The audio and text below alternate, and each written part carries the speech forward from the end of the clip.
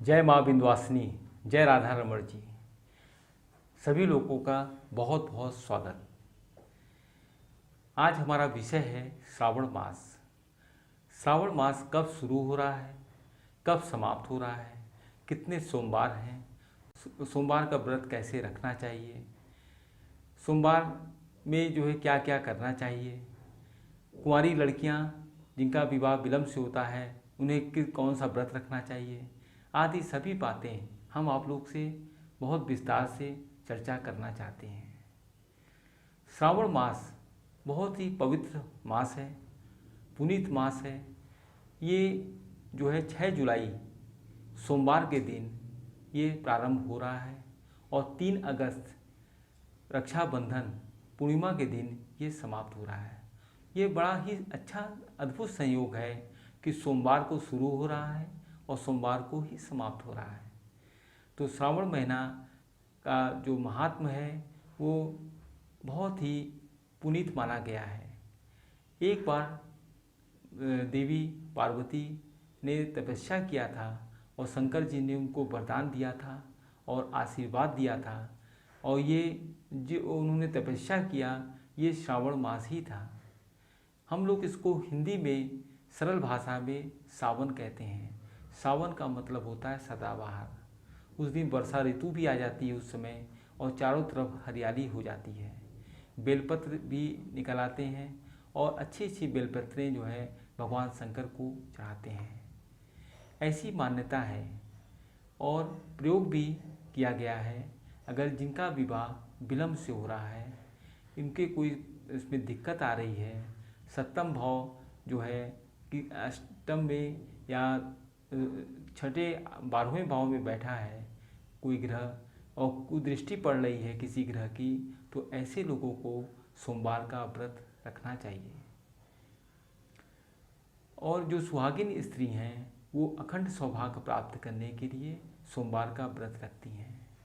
सायंकाल जो है इसकी पूजा करनी चाहिए शंकर भगवान की, उनको बेलपत्र चढ़ाना चाहिए, अक्षय चढ़ाना चाहिए, भोग राग लगाना चाहिए।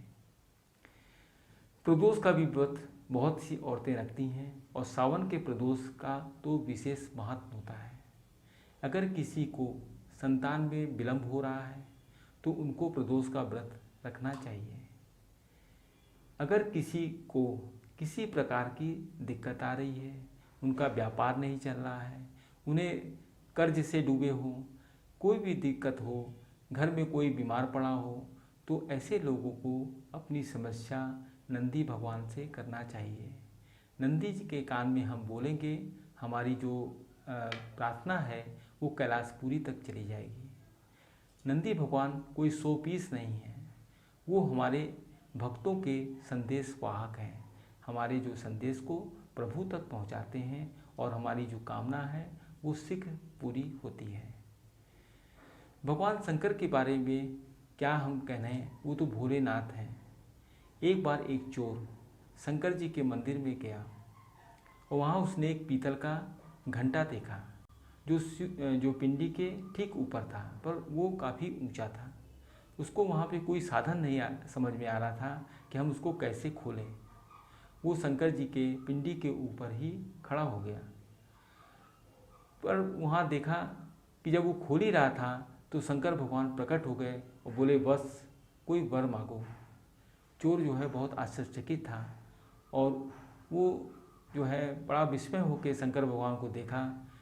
तो जब वो भोलेनाथ उस कुबुद्धि के कारण, उसके गलत विचार के कारण, गलत सोच के कारण जब उसके ऊपर कृपा कर सकते हैं, हम लोग छोटी सी प्रार्थना और साधना करें तो प्रभु हमारी जल्दी विनती सुनेंगे। ऐसे हमारा जो है सोच है, ऐसा हमारी धारणा है। सावन के मास में जलाभिषेक भी करना चाहिए।